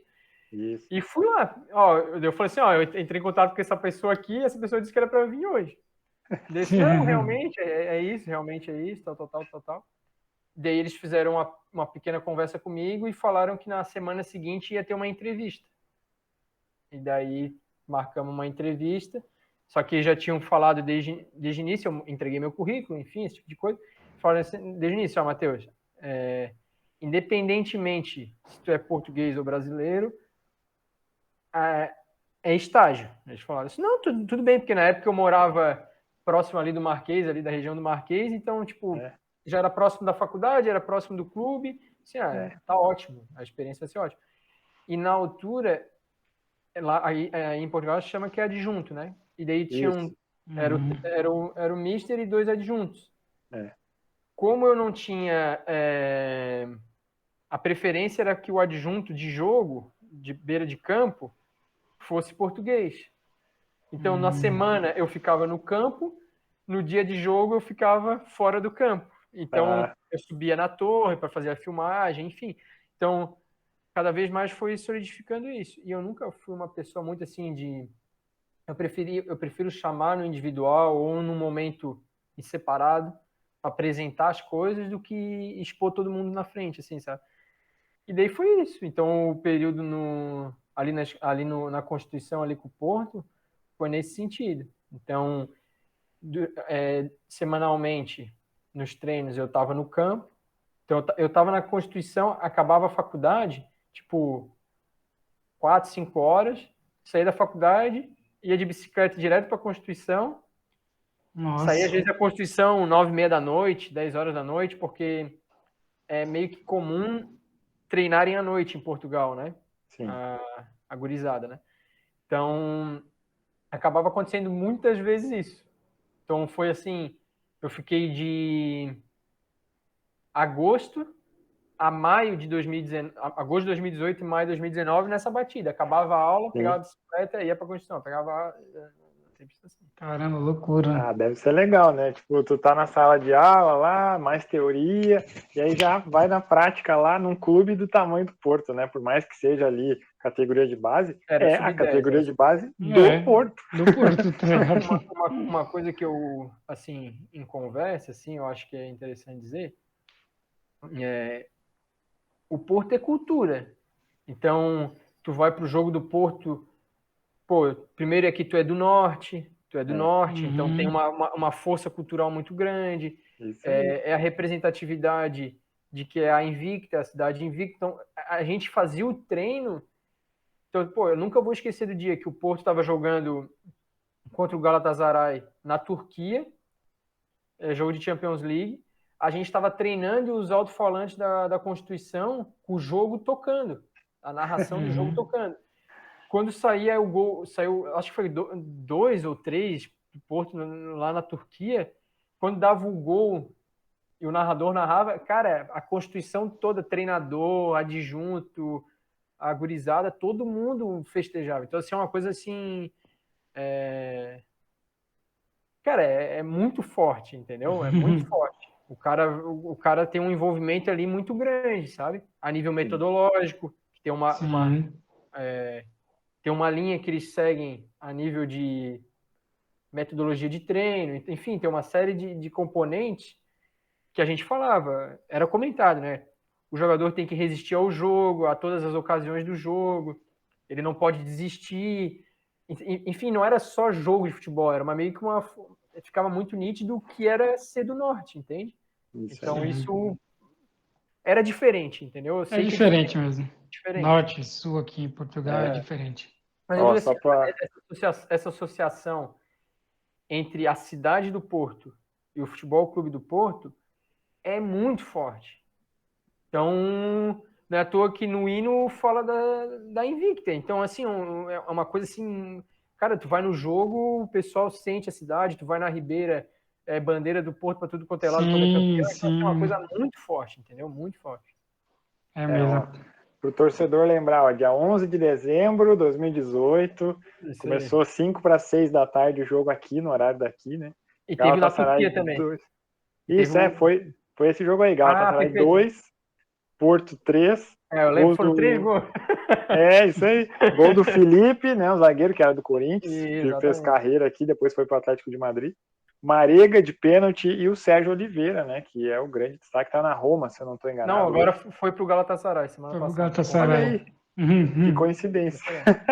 Eu lembro assim que eu até na ocasião, por exemplo, tem algumas coisas que na vida vão ficando marcadas, né? Eu falei exatamente desse jogo porque esse jogo foi gritante. Pô, cada gol que saía era uma loucura, né? Era muito legal. E eu lembro assim que a gente tinha alguns jogos que era sábado de tarde, então dentro do vestiário tem televisão, ali na Constituição, né? Então os meninos estavam se trocando e o jogo da equipe sênior aqui profissional, ficava passando na televisão, cara, os meninos trocando e vendo o jogo, e Loucura. era uma coisa assim muito... 24 horas o clube, sabe? Então acho isso muito legal, muito legal. Os meninos viam o jogo, eles se viam, eles viam o jogo e se viam no jogo, assim, era uma coisa assim muito legal, sabe? Eles não falavam assim, eu sou o Neymar. Não, eu lembro que o nosso central, tinha um central nosso, que ele queria que chamasse, ele tinha 10 anos, né? Porque ele falou assim, mister, eu sou o Marcano, que o Marcano é poeta no Porto, né? Ele assim, eu sou o Marcano. E, cara, eu falo assim, caraca, por que ele não tá falando, por exemplo, de outros zagueiros? O Pepe, na ocasião, tava retornando, né? Por exemplo, por que ele não fala do Van Dijk? Não, eu sou o Marcano, entendeu? Assim, pô, eu acho legal, acho bem viável. Otávio, falava muito do Otávio, enfim. Hoje o Otávio tá aí, né? O Otávio tá por cima da carne seca hoje. Ó, aquele ano, o Porto foi líder do grupo, invicto, 5 vitórias e 1 empate. Depois eliminou a Roma e pegou o Liverpool. Olha aí, o Matheus sabe tudo, pô. O cara é analista de desempenho, pô. Respeita. Eliminou a Roma. Fez um baita jogo no Dragão contra o... Iniciou muito bem o jogo contra o Liverpool em Liverpool, mas muito bem. Eu lembro que o Marega teve umas 2 chances assim, claras. Marega, caneludo. Assim, mais clara para abrir o placar.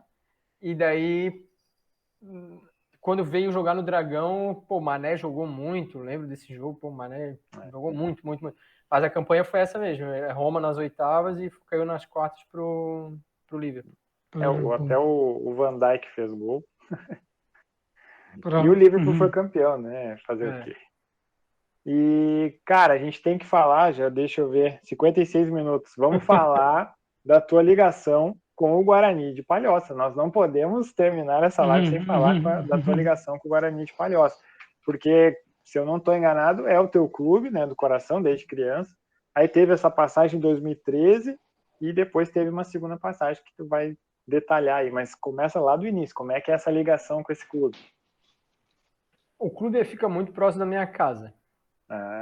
E eu lembro quando eu era pequeno, que eu falei assim, mãe, eu vou lá ver o jogo do Guarani. Ela disse, tá bom. E eu ia com meus amigos assistir o jogo, sabe? É, como se fosse ali na praça. Mas literalmente tem na frente do estádio, tem a praça principal da cidade, fica ali. Tipo Leiria. Isso. Leiria tem a praça e o estádio ali, então vou ali na praça. Vou olhar o jogo. E daí eu ia muito, mas muito. Daí eu jogava no Guarani, tinha uma série de amigos de infância. O pessoal se encontrava no colégio, ia para o jogo do Guarani e treinava no contraturno no Guarani. Então, tipo, era tipo amizade mesmo. Sim. E foi passando o tempo, sempre tive ali, sempre. Muito antes, década de 40, esse tipo de coisa. A minha avó lavava a roupa do clube, minha tia lavava a roupa do clube. Então, eu guardava as coisas do clube lá na casa da minha avó, coisa do tipo assim. Não tem como, né? Então, foi passando o tempo, digamos assim, o interesse da família foi diminuindo, porque, digamos assim, a única pessoa realmente ativa no futebol dentro da família acabou sendo eu, depois do falecimento do meu avô, dos meus tios que jogavam, frequentavam o clube. Quando, em 2013, eu entrei na faculdade, eu fui pedir um estágio. E daí eu fui falar sabe onde foi? Eu fui falar com o pessoal do clube e falei assim, Matheus, tu é muito bem-vindo. Na época eu fazia a faculdade, um período, tinha a bolsa da faculdade, bolsa institucional que a gente diz, né? Da própria UDESC, e um outro período eu ficava no Guarani. Então era muito menos tempo no Guarani, muito mais tempo na bolsa da faculdade e na aula propriamente dita, né? Porque o cara tinha que estudar também, né? Claro. Mas sempre foi isso. Daí, em 2013, eu fiquei todo o período como estagiário. Daí, final de 2013 para 2014, na pré-temporada do clube, para disputar a Série A do Catarinense, o pessoal falou assim, Matheus, tu quer ficar para estar junto com o profissional? Eu falei assim, o que eu posso ajudar? E daí foi a primeira relação, assim, total com a análise de desempenho, porque eu lembro muito bem do dia. Os jogadores entraram no vestiário, eu fiz uma prancheta, fiz uma planilha no Excel. Lembro desse dia como se fosse hoje. 2013, fiz uma planilha no Excel. As linhas, óbvio, cada linha era um jogador e várias colunas. Então eu perguntei, lembro como se fosse hoje, nome, altura, peso, último clube, clube de formação. Até hoje, nas minhas planilhas para observar, eu tenho isso, até hoje eu tenho. Legal. E preferido. Se ele é destro ou se ele é canhoto. Até hoje eu lembro disso. E daí eu fui jogador por jogador. Tal. Na época eu já sabia que existia alguns sitezinhos simples, né? Que é o Ogol, o 00, que tu consegue consultar algumas coisas. Porque na época a gente tinha um orçamento muito pequeno. O Guarani, perante o Avaí e Figueirense, tem um orçamento menor ainda, né? Hoje o clube é empresa, enfim, tem uma empresa por trás que mantém o clube, é tudo muito organizado, enfim, muito bom. E na ocasião eu fui perguntar assim, a gente sabia que o orçamento era curto. Então assim, esse cara jogou em determinado lugar mesmo? Ele é tudo isso mesmo? Tinha uns caras que, eu lembro do dia, como se fosse assim, eu lembro de um jogador que falou que tinha vindo da Chapecoense. Mentiroso! Ele disse, eu sou base da Chapecoense e meu último clube foi na Áustria. Tudo bem.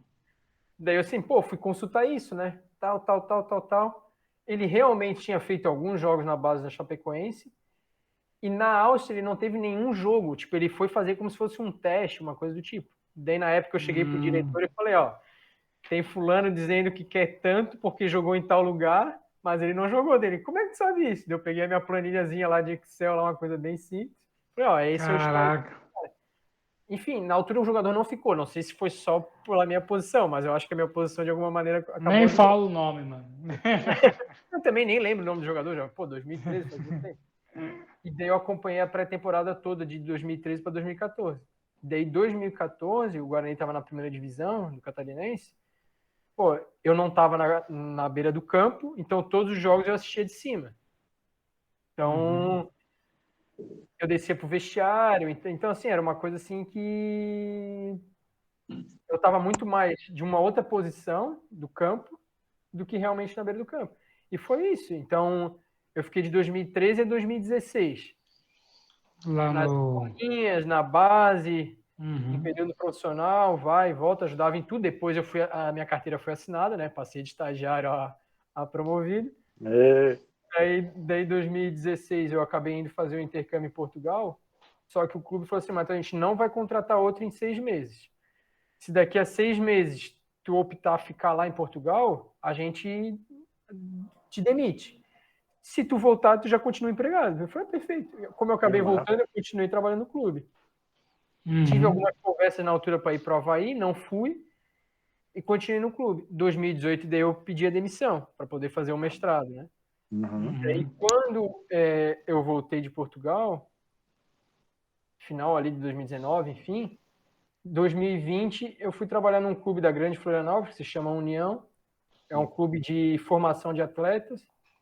Acaba levando muitos meninos mesmo para Chapecoense, Figueirense, Avaí, muito. 14, sub-13, sub-15, é muito jogador mesmo. Daí veio a pandemia. Sim. Só que como o clube ele é uma vinculação público-privada, os treinos continuaram sendo online e eu já, como já tinha me especializado na área de análise de desempenho, a gente fez um trabalho muito legal com a gurizada na altura, com um amigo meu que hoje é analista de desempenho do Criciúma. A gente fazia sessões de análise de desempenho. A gente fazia aulas no Google Meet, como a gente está aqui.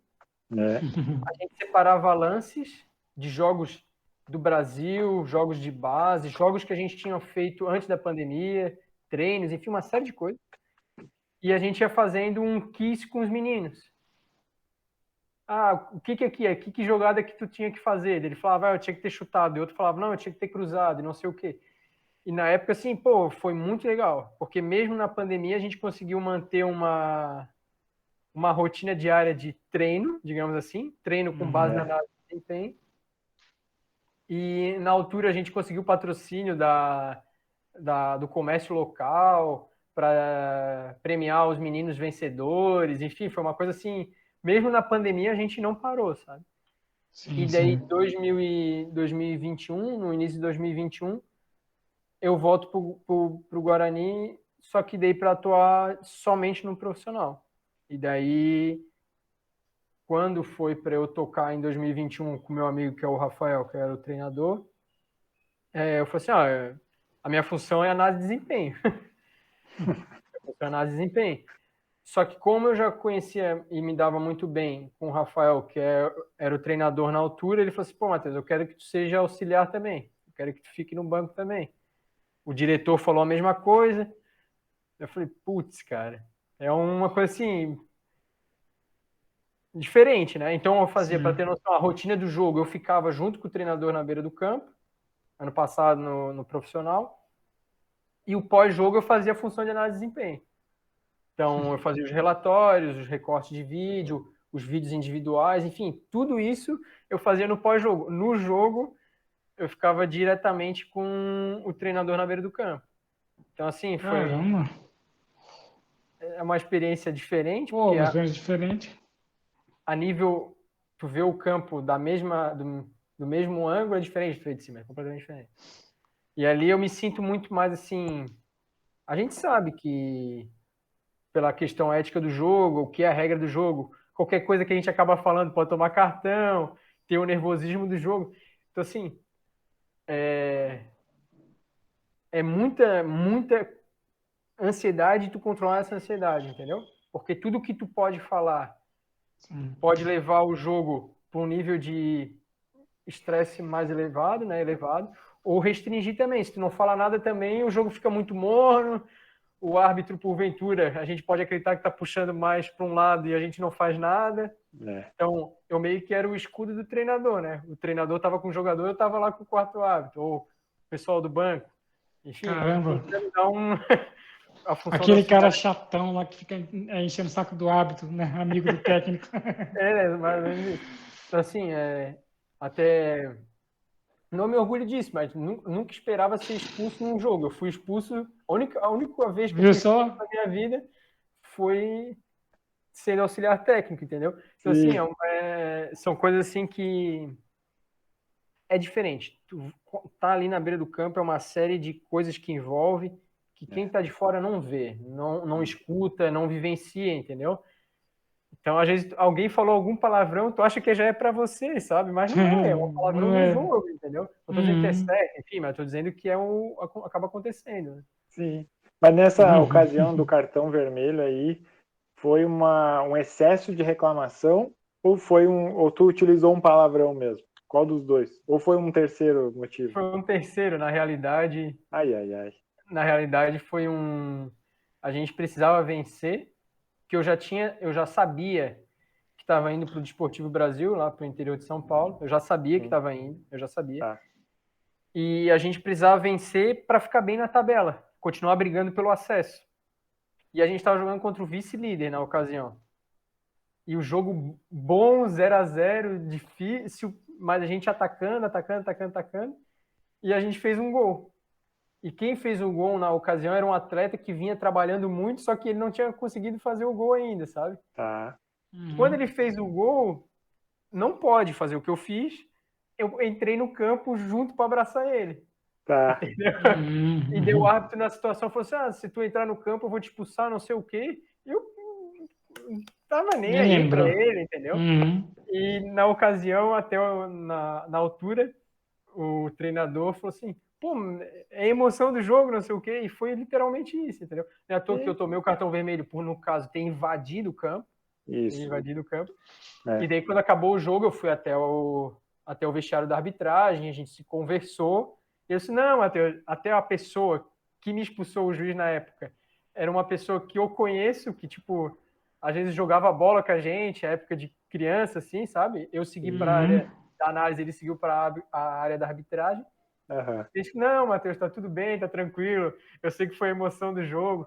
Por isso que eu te digo, eu acho que a pessoa que tá diariamente, todo jogo, com a pressão de resultado ali na beira do campo, ela precisa ter um nível de concentração, uma questão psicológica muito forte, assim, sabe? O autocontrole, né? Exatamente. Eu nunca falei nada, eu nunca nem discuti com nada, nunca falei nada disso em toda a minha vida. E eu, como auxiliar, também não fiz. Não é à toa que a minha expulsão foi por, tipo, felicidade. A gente acabou fazendo um gol, era um atleta que estava, tipo, se dedicando muito para fazer o gol, ele fez o gol, eu fiquei feliz pelo time, feliz pelo atleta, e feliz de, tipo assim, pô, eu tô saindo do Guarani e, tipo, tô entregando o time com vitória, sabe? Foi uma série de coisas, assim, sabe? Até na minha defesa, porque todo mundo que é expulso acaba indo pro tribunal, uma coisa normal, e daí na minha defesa a gente colocou, pô, ele tava fazendo o último jogo pela equipe dele, o advogado, né, redigiu, né, a defesa. Sim. E à toa que nem deu nada, nem cumprir pena, nada, porque não tinha que cumprir pena, foi só invasão mesmo. Sim. Tipo, descobriu uma regra simples, exato. Pronto. A arbitragem fez certo, mas obrigatório. não foi por desmoralizar ninguém, ofender, não foi por ele era obrigado a te expulsar, e aí depois, pronto, resolve lá, só esclarece para ficar nos atos, nos autos, né? E eu ia te perguntar, agora é a opinião, né? Não é de acordo com a tua experiência, é a opinião mesmo. O atleta de futebol, por exemplo, esse menino aí, ele tava, treinando, faz o gol. Cara, eu acho que o Yesh vai concordar comigo. Eu vou tirar a camiseta, mas não é porque eu não quero mostrar o patrocinador, não é por isso, é porque eu tô muito feliz. Qual é a tua opinião, Matheus? Os caras querem até acabar com isso, por causa que é o momento em que vai aparecer o patrocinador. Mas e o momento do profissional lá, cara, que quer extravasar, pô? Eles esquecem disso? Eu acho que assim, quem tá ali, de novo, quem tá ali diretamente ali no jogo, tu sofrer um gol, momentos críticos, né? Tu sofrer um gol e fazer um gol, cara, é um estresse mental muito grande. Mas muito grande. Então eu não repudio, óbvio, que por ser a regra, a gente entende que não deve se tirar da camisa, a gente sabe disso. A gente sabe disso. Tá na regra. Tá na regra. Eu sou do tipo de pessoa que cumpre regras. Sim. Então, assim, só que eu entendo que envolve muito mais emoção e o coração do que a razão, entendeu? Então é uma coisa assim, destravada, sabe? Tipo, extravasei, sabe? Me libertei, é uma coisa do tipo. Então, eu não julgo. Eu acho que acaba sendo uma coisa assim até positiva, assim, porque a gente que fica ali concentrado diariamente, semanalmente ali no jogo e tal, e todo mundo, a torcida também, espera que o gol saia. O gol saia ao momento que o cara tá com o copo de cerveja para cima, abraça o desconhecido, Isso. enfim, esse tipo de coisa. A gente não pode fazer nada enquanto profissional, né? Eu digo profissional que está atuando ali na rotina do jogo, né? Pô, não posso fazer nada, cara. Então, assim, eu acho que é meio também... É difícil, mas eu entendo o jogador que faz, entendeu? Eu não... Sim, Eles eu estão... entendo que é regra, eu entendo que é regra, mas também, pô, a nível emocional... Sim. Muito difícil controlar uma regra Não pode que ter tá uma regra para cortando... emoção, né? Ela tá cortando a emoção do futebol, porque pô, ele tá tendo que, vamos dizer, o cara tá no momento lá H, né, com a excelentíssima, e é a mesma coisa que tem que segurar e não pode terminar o, sabe? É a mesma coisa, cara. E o Yes estava falando antes em regras da FIFA, eu vou mandar um e-mail para a FIFA sugerindo assim: se o jogador tá há mais de 5 jogos, ele é atacante, tá há mais de 5 jogos sem fazer gol, ele pode tirar a camisa e não leva amarelo. O que tu acha, Yes? Gostei da ideia, mano. Porque ele imagina, ele tá 5 jogos, cara, na agonia, ele vai ter que tirar. Tem que tirar a camisa, bater no gol, né? Cada um extravasa de uma maneira. Eu acho que tem coisas que extrapolam, né? O cara ser antiético, ofender torcida, esse tipo de coisa. Pisar no escudo. Isso aí eu não concordo e não acho interessante. Agora, quando ele envolve ele, isso. Eu tirar a camisa, pô, cara. Ou às vezes algumas situações também que o cara corre até em direção à torcida, vai no alambrado, esse tipo de coisa assim, né? Hoje em dia nem quase tem mais alambrados nas arenas aí, enfim, né? Mas vai na direção da torcida, pô, assim, né, pra gente ter noção. Às vezes as pessoas sabem que time de massa tem apelo social, as pessoas sabem. Mas elas não sabem o tanto quanto isso acontece, cara. De na porta do CT ficar muita gente, de viagem ficar muita gente. Pô, a torcida chama o jogador chama a torcida, na hora não. Pô, Pois é. É meio que. Pô, o cara passa 90 minutos gritando teu nome, te incentivando. Ou o contrário também, pegando no teu pé, tá na torcida adversária, o cara pegando no teu pé, pô, tu faz o gol. Putz, é uma coisa assim. É emoção, não adianta. Emoção. E daqui a pouco, se o jogador tirar a camiseta e estender ela, que nem o Messi teve um lance que ele tirou e estendeu ela, né? Ele tá mostrando ali o patrocinador, então ele não pode levar amarelo. Eu acho que muito mais até onde meu entendimento permite, é muito mais pelo um ato, digamos assim, antidesportivo, de tirar a camisa, do que restrição a patrocínio, esse tipo de coisa. Acho que acabou associando que, pô, tá tirando a camisa e o cara que acabou botando dinheiro no time, coisa do tipo, sabe? Mas a regra em si é pelo ato antidesportivo, o cartão amarelo é por causa disso. A regra, sim. Só que dentro do clube, se tu conversar com o presidente, o dirigente, eles vão falar isso. O patrocínio vai ficar enlouquecido. Pô. Logo o Messi. Ó, a gente também tem que destacar, Matheus, essa passagem pelo Desportivo Brasil, né, em São Paulo, que eu quero que tu me diga, porque todo mundo me fala. É o clube que a base desse clube é incrível. Saem de lá jogadores para tudo que é clube do Brasil e também para fora. Não vou lembrar agora de nomes, mas eu sei que o Breno do Grêmio, goleiro, é do Desportivo.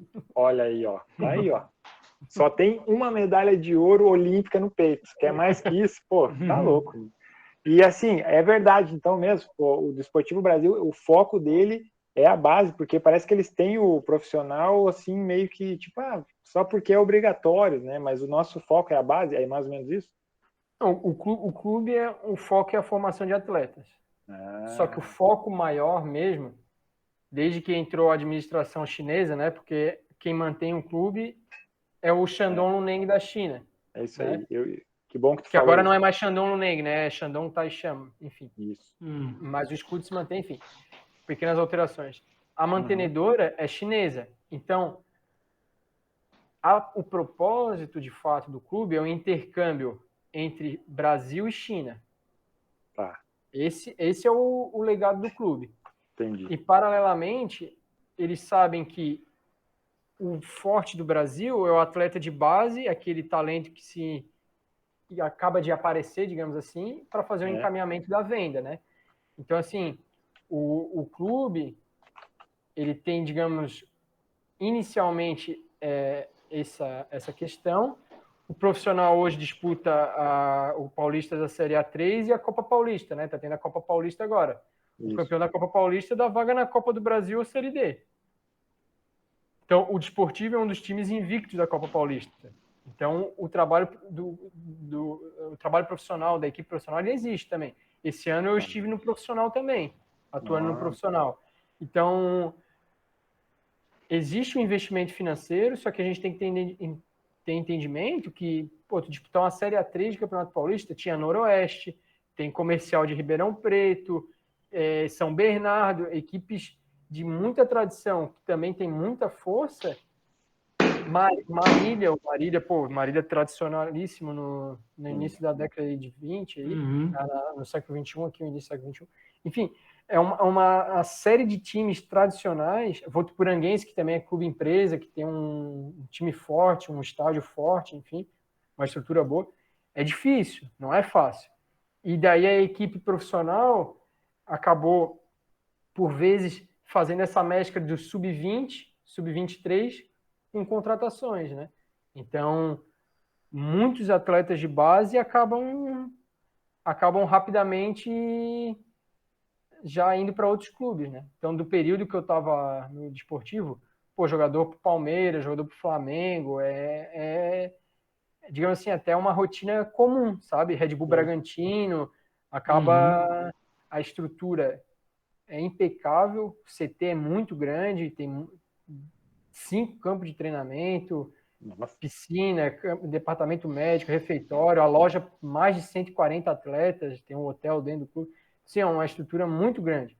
Só que, mais uma vez, o foco é o intercâmbio China-Brasil e essa formação de atletas também, né? Então, tem vários, cara, mas muitos. Se a gente talvez vai falar que um ou outro pode estar sendo injusto com os demais, né? Por exemplo, a gente falou do Breno. Tem o Gustavo Scarpa é formado no Desportivo Brasil. O Rodrigo Muniz, agora recente, que estava no Flamengo, que foi para o Fulham da Inglaterra. Ele até onde eu sei, né? O vínculo dele é do Desportivo Brasil. Ele foi para o Flamengo por empréstimo do Desportivo Brasil, né? Sim. E tem uma série de jogadores. Então, pois é, eu lembro que, por exemplo, o Diego Souza, quando ele foi para o Palmeiras em 2008, no contrato diz que ele pertencia ao Desportivo Brasil. Tipo, e se tu for ver, tem vários casos, assim. Parece que eles compram um jogador para utilizar em outro clube e usar como vitrine. Ou eu tô sendo... Não, é que antes era a Trafic que era dona do clube. Então tinha essa situação de fato. Hoje a mantenedora do clube já não é mais a Trafic, há muito tempo, né? É a estatal chinesa. Então, tem essas situações de jogadores em clubes maiores de futebol brasileiro via empréstimo, principalmente na base, mas eu não posso aqui entrar em detalhes no sentido de... Porque eu também não sei, né? Mas isso aí é... por que é feito. Não, o que eu sei é que o foco é o intercâmbio chinês e essa formação de atletas. Isso tem muito mais... menino do sub-14, sub-15, sub-17, sub-20, menino de avaliação, é muito jogador. Então, o trabalho do clube é muito bem feito nesse sentido, sabe? Mas muito bem feito mesmo. Se fizer um filho, manda pro Desportivo Brasil. Oba, Catalunha. Tem uma entrada muito grande, porque é um clube muito forte na base. Muito forte na base. Então, ano passado, por exemplo, a gente caiu no Paulista de base, no Sub-17, pro Corinthians. E o Corinthians foi ser campeão. A gente caiu já no mata-mata. Na mesma semana que o Inter e o São Paulo estavam disputando a final do Campeonato Brasileiro Sub-20, a gente eliminou o Sub-20 do São Paulo no Campeonato Paulista Sub-20. Então, as equipes de base do Desportivo são muito fortes. Então, dá pra ver. A gente joga de igual para igual. Jogava, né? Porque hoje não estou mais jogava. Mas tem grandes amigos lá. Só que o trabalho é profissional, é nível profissional mesmo. Qualidade extrema. O pessoal que está lá trabalha muito bem. a gente já ouvia falar, né, e acho muito bem, agora comprovando com alguém que esteve lá e viu com os próprios olhos, né, que realmente o trabalho deles é sensacional. Bom, Pessoal, vou trabalha encaminhar demais. aqui para minha última, Matheus, depois o Yesh faz a dele. Você falou antes na pressão de jogar num clube do tamanho do Vasco.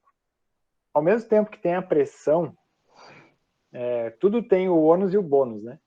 Para ti, quais são assim as vantagens para ti como um profissional de estar neste momento num clube como o Vasco da Gama? Eu até vou tentar aqui me meter na tua resposta.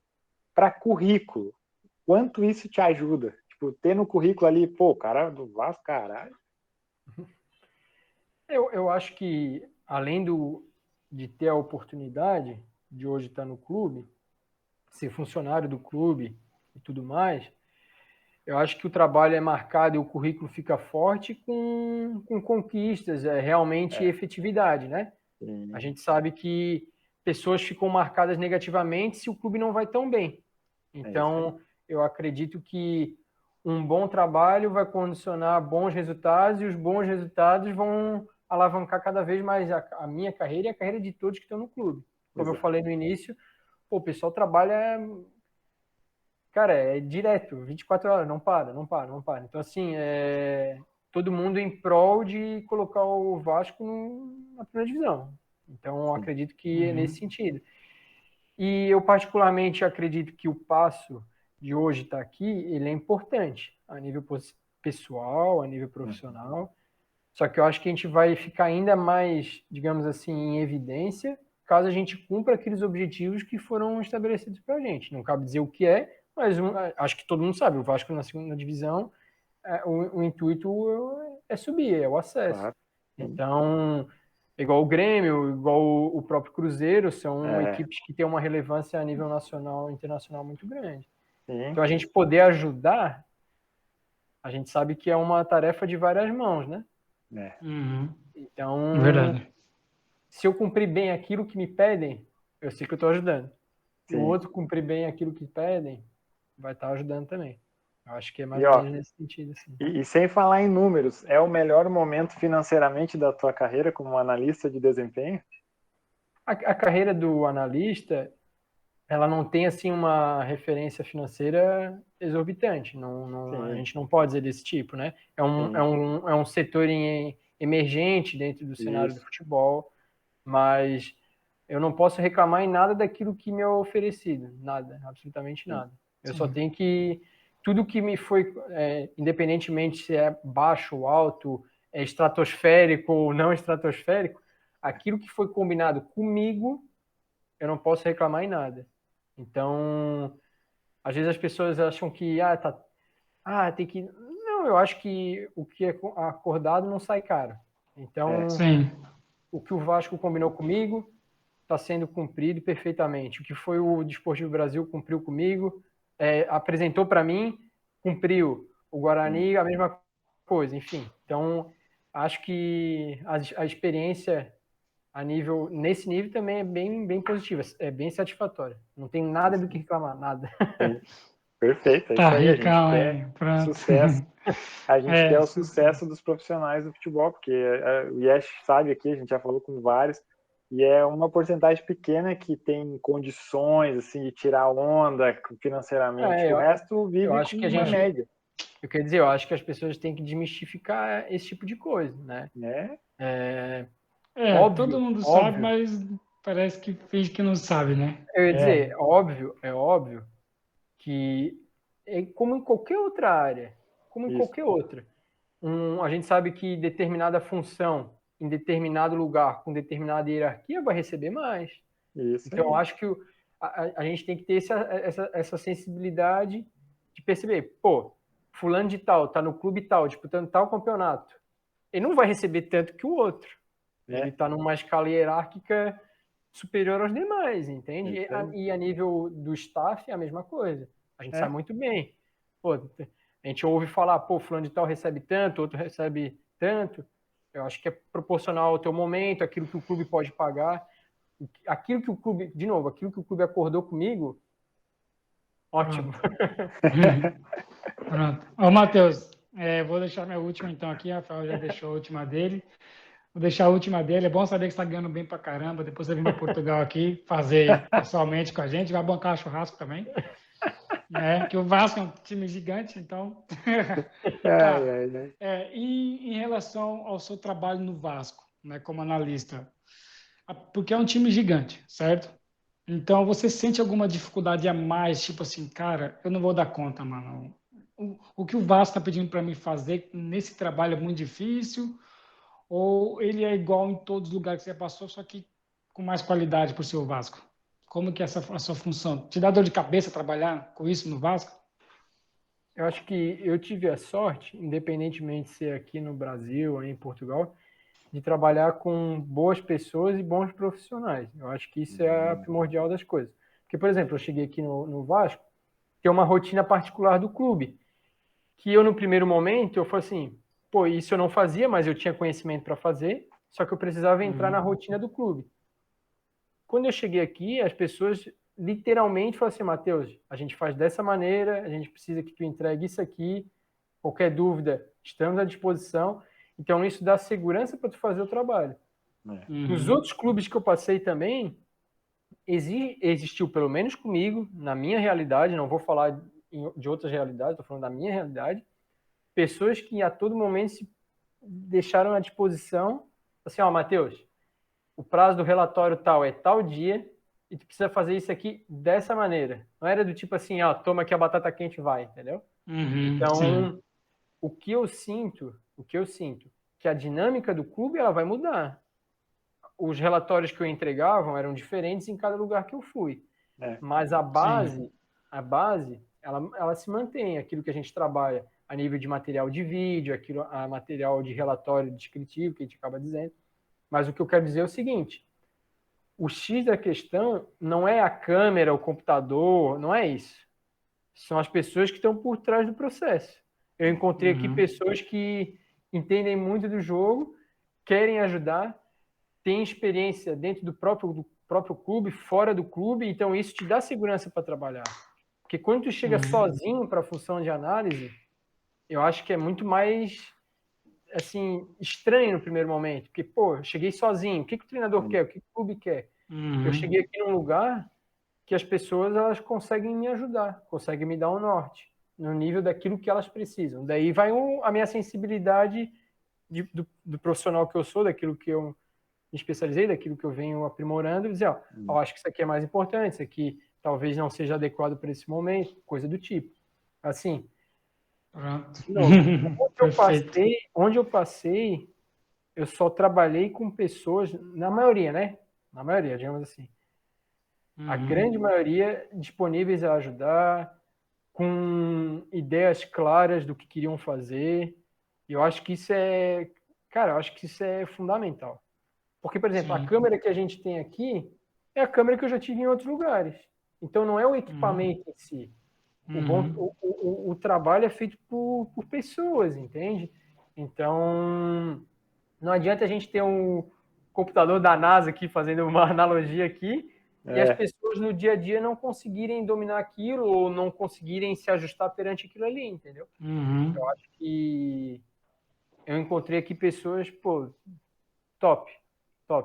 Boas pessoas e bons profissionais. Acho que a tendência é cada vez mais. Pronto, perfeito. Então quer dizer que o clube vai melhorar mais. Perfeita resposta.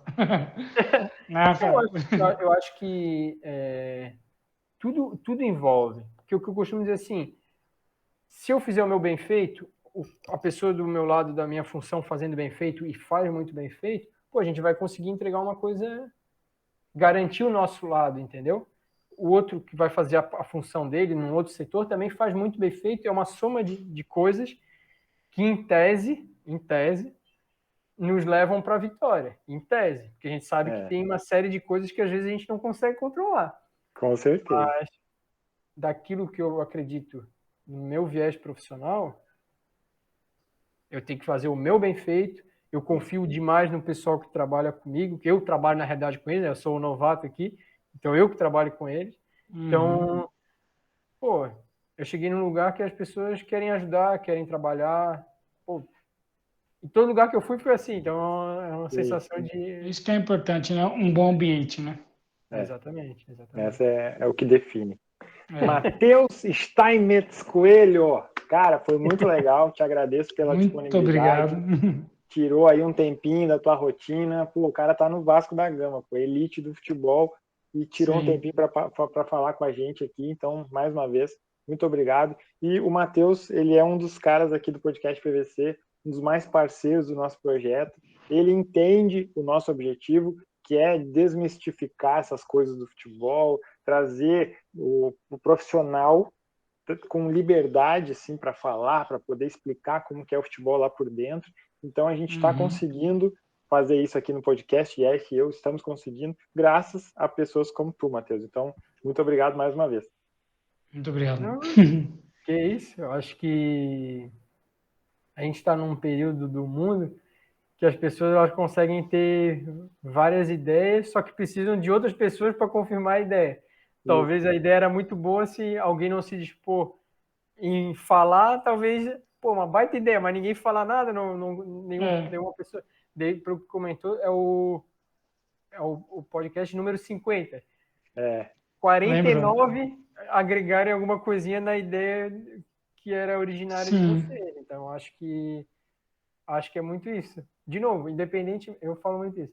Independentemente se é no futebol, em qualquer coisa. Se cada um ajudar um pouquinho o outro, as coisas... Um realiza o sonho do outro, um ajuda na vida do outro, uma coisa tipo assim. É isso aí. Perfeito. Falou bonito, falou bonito. Falou bonito. Então, é isso aí.